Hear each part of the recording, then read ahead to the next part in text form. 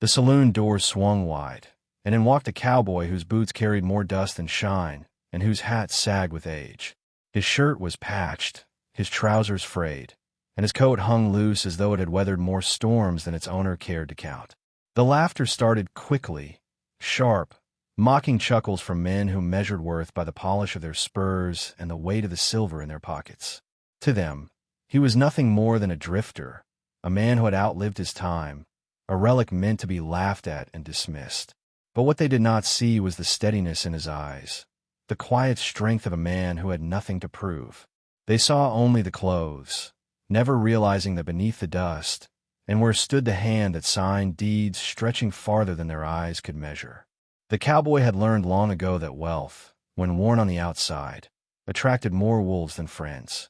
And so, he hid it in plain sight, letting the world mock what it did not understand. Each jeer that rang across the room carried with it the arrogance of men who believed appearance was everything. They could not fathom that the land their cattle grazed, the rivers they drew water from, and the fields they crossed to reach town, all belonged to the man they ridiculed. Yet the cowboy's lips never curled in defense, nor did his fists clench with anger. He simply tipped his hat, his silence a shield sharper than words, knowing that truth had a way of revealing itself when the time was right. The Old West was built on pride, on the illusion that power belonged to those who flaunted it loudest. But the cowboy knew a different kind of power, the kind that didn't need to be shouted or dressed in finery. It was the power of endurance, of patience, of knowing that laughter fades but land remains. He carried himself with a calm born from the certainty that men who mock are often the same men who will one day kneel. And so, as the room filled with cruel laughter, the cowboy simply walked to the corner, his spurs clicking softly against the floorboards. He ordered a drink, lifted it slowly, and let the silence stretch. For in that silence, a storm brewed, one that would soon show the town that the poorest-looking man among them was, in truth, the richest soul they had ever mocked. The cowboy's quiet composure unsettled the room. Men laughed at his patched sleeves, whispered about the holes in his boots, and sneered at the frayed edges of his hat. But their mockery bounced off him like arrows striking stone. He had weathered far harsher storms than drunken ridicule. The desert had burned his skin, the nights had frozen his bones, and yet he endured. Or a few words compared to the weight of survival. He sipped his drink slowly, as though he alone knew a truth hidden from the rest. In that dimly lit saloon, appearances ruled.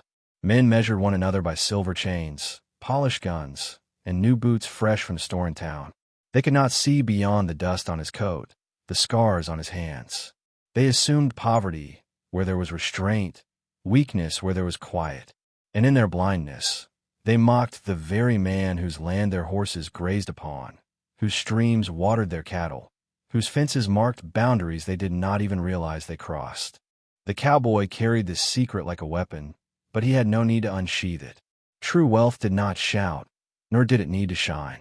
It simply endured, steady as the mountains that framed the horizon. He had learned early that a man who wore his riches on his sleeve was a man already preparing to lose them. So he wore humility instead, letting the world think what it would, while he watched with the patience of someone who understood that time always revealed the truth. Still, there was a sting in the laughter.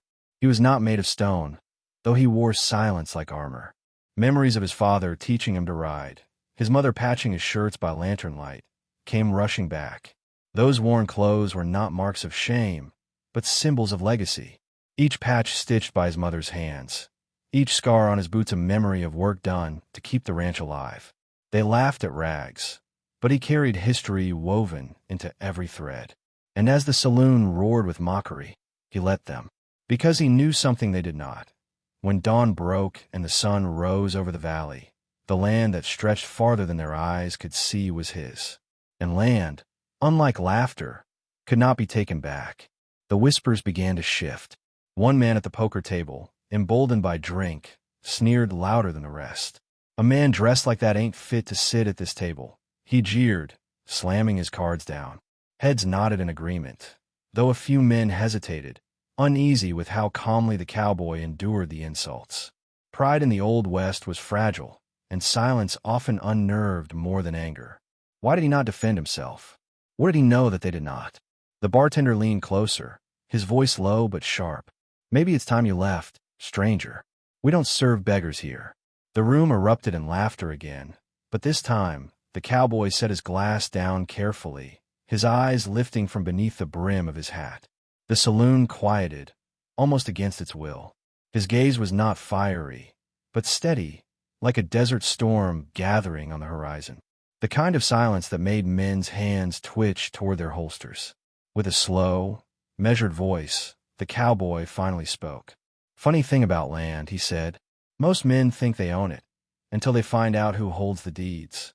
His words, simple and unadorned, struck deeper than any outburst could. A few men shifted uncomfortably, uncertain if he was bluffing, unwilling to test the weight of his claim. The bartender froze, suddenly remembering the name on the papers filed in the county office, the same name whispered now by the stranger in rags. The poker player who mocked him earlier faltered, his bravado slipping. He had leased grazing land last season, paying a fortune to an anonymous owner. And in that moment, realization began to dawn, chilling him more than any drawn gun could. The laughter died, replaced by murmurs that spread like wildfire. Could be true. Had they mocked the very man who controlled half the valley? The cowboy said nothing more. He picked up his glass again, sipping calmly, letting the weight of silence finish what his words had begun. The truth had not yet fully settled over the room, but it would. And when it did, every man who had mocked his worn clothes would understand the irony. The poorest-looking cowboy among them was, in truth, the wealthiest soul in the room. By the time the sun dipped lower, the saloon no longer rang with laughter. The cowboy's words hung in the smoke-filled air like the crack of a whip, unsettling even the boldest voices. Men who had once sneered now avoided his eyes, shifting in their chairs, their pride suddenly brittle. They had spent years judging worth by belts lined with bullets or coats stitched from fine cloth, and now the ground beneath them felt less certain. A man who looked like nothing could, in truth, own everything. The bartender busied himself with bottles, pretending not to notice the stares flicking between the cowboy and the men at the tables. He had mocked many customers before, but now a bead of sweat traced down his temple. Everyone knew land was power, and in the Old West, power was survival. To insult a man who owned half the valley was to spit into the wind. You might feel brave for a moment, but soon enough, the dust would choke you. The cowboy let the silence work. He did not raise his voice, did not boast or threaten. He simply sat, every movement deliberate, every breath steady, as though he carried the weight of the land itself in his bones. His worn coat and patched shirt were no disguise. They were a lesson. Those who had mocked him now saw that humility could be sharper than arrogance, and patience could be deadlier than a drawn gun. One of the younger cowhands, too bold for his own good, tried to recover the room's bravado. "If you're so rich," he muttered, "why walk around in rags?" His voice was shaky, but his words drew nervous chuckles. The cowboy turned slowly, his gaze locking on the boy. "Because land don't care what you wear," he replied. "And when storms come, clothes don't keep a man standing. Roots do." The words struck like thunder, silencing even the faintest whisper of laughter. The boy dropped his gaze, and the cowboy returned to his drink. He had not drawn a weapon, yet he had disarmed them all. The lesson was clear. In a world obsessed with appearances, true power came from what could not be seen. By morning, the story had spread through town like wildfire. Farmers whispered of the market, merchants exchanged uneasy glances, and ranch hands repeated the tale with awe. The man they had mocked for his ragged clothes was revealed to be the silent owner of the very fields they plowed, the rivers they depended on, the pastures their herds grazed upon. The town's laughter had turned into reverence overnight. The poker player who had mocked him most fiercely could barely meet his eyes when their paths crossed. He tipped his hat stiffly, the gesture carrying both apology and fear. Pride kept him from speaking, but shame was etched deep into his face. The cowboy acknowledged him with a nod, no more, no less. Forgiveness did not need to be spoken. It lived in the restraint of a man who chose dignity over vengeance. The bartender, too, felt the weight of his insult. For years he had measured men by the weight of their coin purse, but now he had seen a different kind of wealth. one that did not need to be counted in silver. Each time the cowboy returned, he served him without a word, the clinking of the glass carrying the apology he could never voice aloud. The townsfolk began to look at the cowboy differently. Children whispered his name, wide-eyed, as though he were a legend come to life. Some men envied his restraint, others feared his quiet power, but all respected him. For he had revealed a truth they had long forgotten. Riches hidden beneath humility are stronger than riches flaunted in pride. And through it all, the cowboy remained unchanged. He wore the same patched clothes, the same weathered boots, the same silence. To him, nothing had shifted because he had never lived for their approval. He walked with the same steady stride, his wealth carried not in the shine of his clothes, but in the land beneath his boots, the roots of a legacy too deep for mockery to uproot. The weeks that followed revealed the depth of the lesson. Men who once scoffed at humility began to question their own pride. They remembered how quickly their laughter had died the night before, silenced not by gunfire, but by the quiet weight of truth. In a land where men prided themselves on swagger and bravado, the cowboy had shown them something rarer. That true strength does not need to be shouted. It speaks in silence, it stands in patience, and it endures in humility. The cowboy himself remained distant from their whispers. He did not boast of his holdings, nor did he demand respect. His life continued as it always had, tending cattle, riding the fence lines, watching the horizon with the calm of a man who carried nothing to prove. But those who had mocked him could not look at him without remembering their mistake. In every glance they gave him now, there was both respect and regret. One evening, as the town gathered for a dance, the cowboy entered wearing the same old coat and boots. A hush fell over the crowd, not from scorn this time, but from reverence. The very clothes they once ridiculed had become symbols of wisdom. Men nodded in greeting, women smiled kindly, and children whispered about the man who had turned mockery into silence with only a few words. He carried himself the same as before, and that sameness was what unsettled them most. The poker player, once the loudest in his insults, approached with hesitation. He offered his hand, his voice low. "Didn't know who you were," he muttered. The cowboy accepted the handshake with a simple nod. Nothing more. No gloating, no reminder of the insult, just quiet acknowledgement. In that gesture, the man realized that forgiveness was a strength he had never understood until now. From that night forward, the cowboy's presence no longer invited laughter. It invited reflection, for he had become a living reminder that appearances deceive, and that in the Old West, a man's true worth could not be measured by his clothes, but by the ground he stood upon and the roots he carried within. Summer stretched long across the valley, and the land reminded everyone of its power.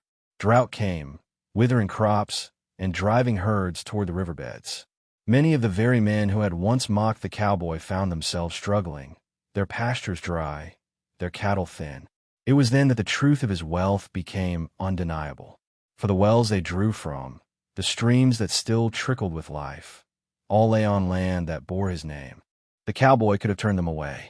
He could have demanded payment for every drop, reminded them of their scorn, and taken revenge in the currency of survival. But instead, he opened his lands. "Water your herds," he said simply, "and see them through." No speech, no demand for gratitude, only the quiet generosity of a man who knew that true wealth is not in what you keep, but in what you are willing to give. The town was humbled. Men who had once laughed behind his back now looked upon him with awe. Their survival, their families, their very livelihoods were tied to the mercy of the man they once dismissed. And yet he asked for nothing in return. His silence, once mistaken for weakness, now revealed itself as the deepest strength they had ever seen. Around campfires, the story grew. Parents told their children not of the cowboy's riches, but of his humility. They spoke of the day he turned mockery into silence, and the season he turned drought into mercy. He had become more than a man. He was a legend, carved not by bullets or violence, but by restraint and compassion. And as the drought finally broke and rains returned, the people of the valley carried with them a truth they would never forget, that the measure of a man lies not in what he wears, nor in what others say, but in the quiet endurance of his spirit. And for that, They would always remember the cowboy with worn clothes who owned half the land. As the drought ended and green slowly returned to the valley, the townsfolk carried with them more than relief. They carried the weight of a lesson that could not be forgotten. They had learned to look beyond the surface, to see that the measure of a man was not written in his coat or boots, but in his deeds and the ground he stood upon. The cowboy, once the subject of their mockery, had become a figure whose silence spoke louder than their loudest jeers. The children, who once giggled at his worn hat and ragged sleeves, now followed him with wide eyes, listening to every story he shared by the fire. To them, he was no longer a man in tattered clothes, but a symbol of endurance, of patience, of a wealth greater than silver. His quiet presence gave them courage, reminding them that dignity was not about what you wore. It was about how you stood when the world mocked you. Men who once judged him began to rethink their pride. They realized that their polished boots and shiny spurs had not bought them the respect they thought they carried. Respect, they saw, belonged to the man who endured mockery without anger, who gave water in a drought without demand, who revealed his strength without a weapon. They had misjudged him, and in doing so, they had misjudged themselves. The cowboy never claimed to be better than them, nor did he ever parade his ownership of half the valley. Instead, he chose to remain the same, quiet, steady, faithful to the land and to his word. That constancy became his greatest weapon, reshaping not only how the town saw him, but how they saw themselves. And so, the dusty saloon where he had once been ridiculed became the place where his legend was born. Every creak of the floorboards, every shadow cast by the lanterns carried the memory of that night when laughter died in the face of truth. The cowboy's worn clothes had been a disguise, but the man inside them became unforgettable. Time moved on, but the story only grew stronger. Travelers passing through the valley heard whispers of the man mocked for his clothes, only to discover he held more land than anyone in sight. They came expecting a boastful rancher dressed in finery, yet found instead a quiet cowboy in the same patch coat and boots, sipping his drink in silence. And in that contrast, they found a lesson that spread far beyond the borders of the town. The saloon keeper, once quick to scorn, became his silent admirer. He often recalled how a single sentence had silenced a room full of jeers. "Funny thing about land," the cowboy had said, and nothing more. The keeper repeated those words to anyone who mocked another man, as though reminding them that appearances were nothing but dust. The townsfolk, who had once measured strength by loudness, began to value quiet. They noticed how the cowboy never rushed, never shouted, never needed to prove himself. His life was proof enough. He had taught them that silence could carry more weight than a revolver, and humility could command more respect than pride. Even the young cowhands who once tried to humiliate him found themselves retelling his story with awe. They spoke not of his wealth, but of the patience with which he endured their insults. It was not his land that had truly humbled them. It was his restraint. For in a world quick to draw guns and quicker to hold grudges, the cowboy showed that true power came not from dominance, but from dignity. And so his legend lived on, not as a tale of riches revealed, but as a reminder that in the Old West, where dust and pride often clouded vision, the richest man could be the one dressed in rags, and the poorest, the one clothed in arrogance. Years passed, yet the memory of that night in the saloon remained sharp in the minds of those who had been there. The story was passed from father to son, from mother to daughter, each retelling shaping it into something greater than a single evening's lesson. The cowboy became a figure of quiet reverence, a man whose strength was measured not in how loud he shouted, but in how silently he endured. Children grew up hearing of the moment laughter turned to silence, and how humility revealed a truth that pride could not hide. The land he owned flourished, but not because he lorded it over others. Instead, he allowed neighbors to graze their herds in lean years, to draw from his wells when theirs ran dry. His generosity was not spoken about by him, yet it was remembered by everyone who benefited from it. Men who once mocked him now told their sons, "That is what strength looks like, not in polished boots, but in a heart that endures without bitterness." The cowboy himself remained unchanged. He still wore the same patch coat, the same weathered hat, and the same dusty boots. He never sought to correct those who judged by appearances, for he knew the world always revealed itself in time. To him, the land beneath his feet was not just property. It was legacy, something to protect quietly, without need for recognition. At gatherings, his presence carried more weight than words. He did not speak often, but when he did, even the most hardened men fell silent. They had learned that behind every sentence lay not just opinion, but lived truth. His voice was like the desert wind, gentle at times, but capable of reshaping the land forever. And so, the man once ridiculed for his rags became a living parable of the frontier. His story was no longer just about wealth hidden beneath worn clothes, but about the kind of wealth that no coin could measure, the wealth of humility, endurance, and quiet strength that outlasted both storms and laughter. In time, the cowboy's legend stretched far beyond the valley. Travelers spoke of him in distant towns, telling of the night a roomful of proud men discovered that appearances deceive. Some retold it as a warning, others as an inspiration, but all agreed on one truth. Respect is not earned by what a man wears, but by the life he lives when no one is watching. Those who had mocked him in their youth grew old with a memory etched deep into their hearts. They often confessed that it was not his wealth that had humbled them, but the way he carried it, with silence, with restraint, with the dignity of a man who did not need to prove himself. It was a lesson that shaped how they raised their children, how they judged others, and how they carried their own burdens. The cowboy never sought recognition. He remained a quiet presence, working the land, tending his cattle, and living by the same simple code that had carried him through scorn and storms alike. Yet his very existence became a mirror, forcing others to confront the hollowness of pride and the strength of humility. Even as years weathered his body and slowed his stride, his legend only grew.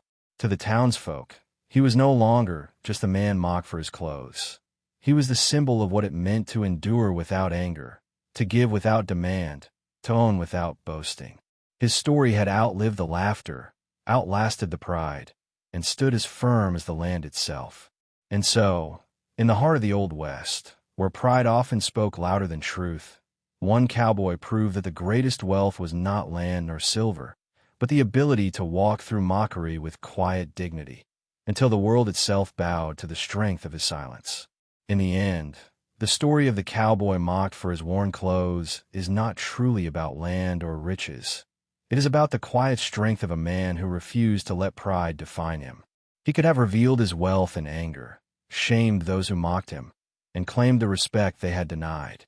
Yet instead, he chose patience, humility, and silence. And in that silence, he carried more power than their loudest laughter could ever hold. The lesson endures because it challenges us to look beyond appearances. In the Old West, where survival often depended on pride, this cowboy proved that dignity is not stitched into a coat or polished into a boot. It is carved into the way a man endures hardship, into the way he treats others, and into the legacy he leaves behind. His story reminds us that the richest souls are often the ones we least expect. Generosity in the face of drought, restraint in the face of insult, and strength in the face of scorn. These became the marks of his true wealth. The people who once laughed at him learned that respect is not demanded through possessions, but earned through character. And as the years passed, his name turned into something larger than a man.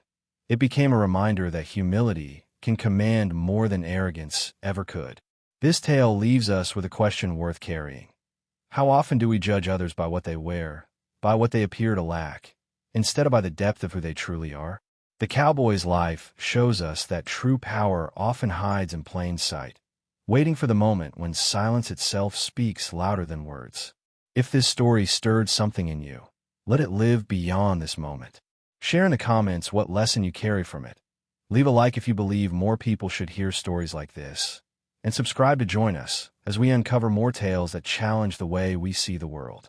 Because sometimes the greatest riches are found not in land or gold, but in the quiet dignity of a soul unshaken.